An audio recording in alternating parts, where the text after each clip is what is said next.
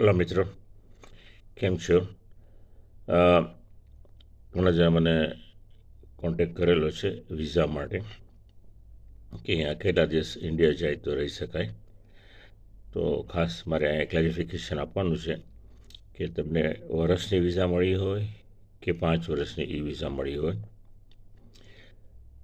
પર calendar year ખાસ યાદ રાખજો. પર કેલેન્ડર યર એટલે કે 1 જાન્યુઆરી થી 31 ડિસેમ્બર એ દરમિયાન તમારે ટોટલ 180 દિવસ મેક્સિમમ તમે રહી શકો.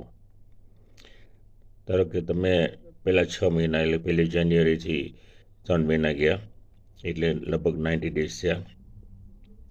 ત્યાર પછી 2 મહિના પછી બીજા તમે 90 ડેઝ થયા તો તમે એ દરમિયાન બાકીનો પીરિયડ છે એ તમે યુઝ ન કરી શકો, કારણ કે તમે એ વર્ષના 180 દિવસ તમારા થઈ ગયા છે.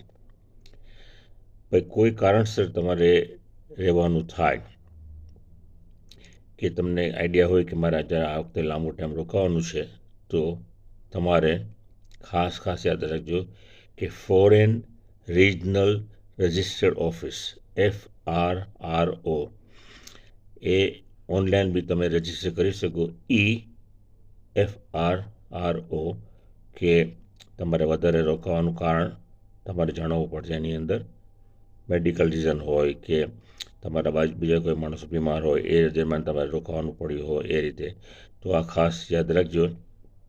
પણ આ પીરિયડ જે છે એ 1 જાન્યુઆરી સ્ટાર્ટ થાય છે અને ફાઇનાન્શિયલ પીરિયડ જે કહે છે ને ઇન્ડિયામાં એ 1 એપ્રિલથી 31 માર્ચ ફોલોઈંગ યર હોય છે.